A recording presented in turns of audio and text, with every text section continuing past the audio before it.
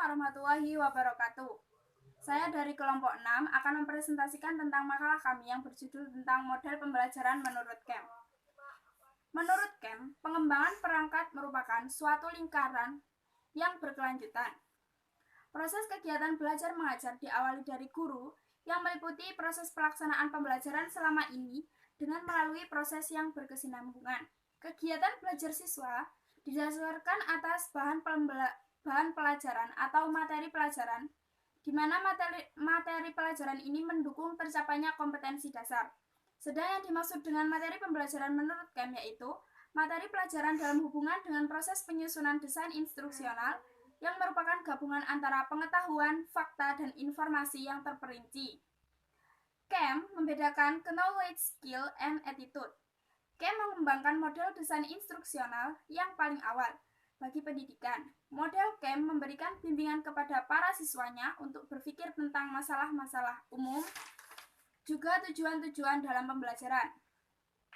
Model ini juga mengarahkan para pengembang desain instruksional untuk melihat karakteristik para siswa serta menentukan tujuan belajar, dan langkah-langkah berikutnya adalah spesifikasi isi pelajaran dan mengembangkan pretest dari tujuan-tujuan yang telah ditetapkan dan lalu berlanjut ke langkah-langkah selanjutnya.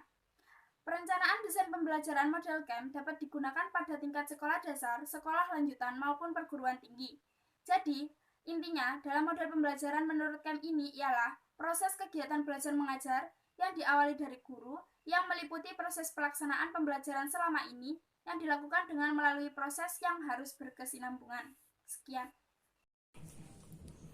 Ya, assalamualaikum warahmatullahi wabarakatuh.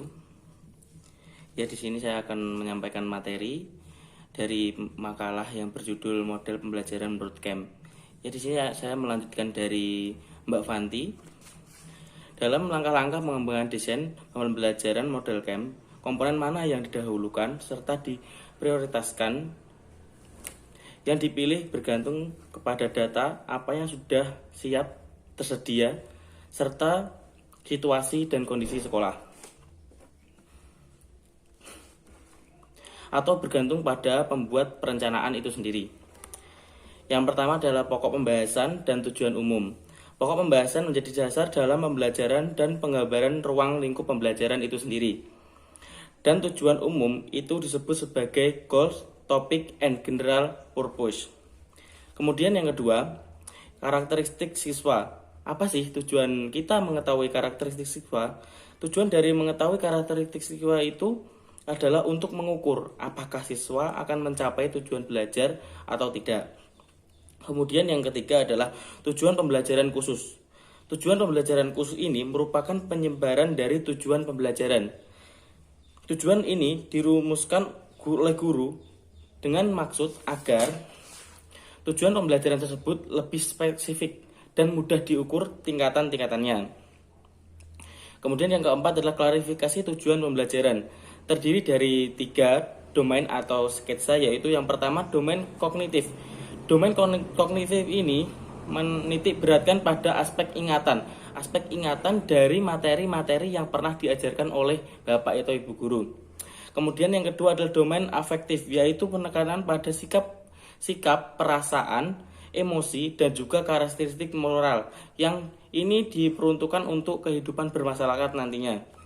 Kemudian yang terakhir, yang ketiga adalah domain psikomotorik, yaitu penekanan pada gerakan-gerakan fisik dan keterampilan fisik yang halus maupun yang kasar. Ya, sekian dari saya.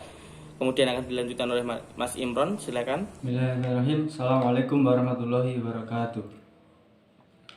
Ya, di sini saya akan menyampaikan tentang model pembelajaran menurut Kem. Di sini di dalam model pembelajaran memiliki kelebihan dan kekurangan. Yang pertama yaitu kelebihan ada 4. Yang pertama, memberi tahu siswa tentang apa yang harus dicapai. Yang kedua, menolong guru untuk berpikir spesifik, memudahkan dan mengatur dan menyusun sistemika pelajaran. Yang ketiga, menunjukkan ragam dan macam dari kegiatan yang diharapkan dari keberhasilan belajar. Dan yang terakhir, menjadi dasar evaluasi terhadap hasil belajar siswa. Dan selanjutnya yaitu kekurangan. Kekurangannya yaitu kebanyakan tujuan hanya hanya bertujuan untuk tingkat penyusunan pengetahuan. Yang kedua, menyusun struktur pelajaran tentu seperti matematika, ilmu pengetahuan alam, dan pelajaran bahasa. Dan yang ketiga, dengan menetapkan ukuran suatu tujuan, rasanya pendekatan belajar kurang manusiawi. Mungkin itu kelebihan dan kekurangan dari model pembelajaran menurut KEM. Sekian dari saya. Assalamualaikum warahmatullahi wabarakatuh.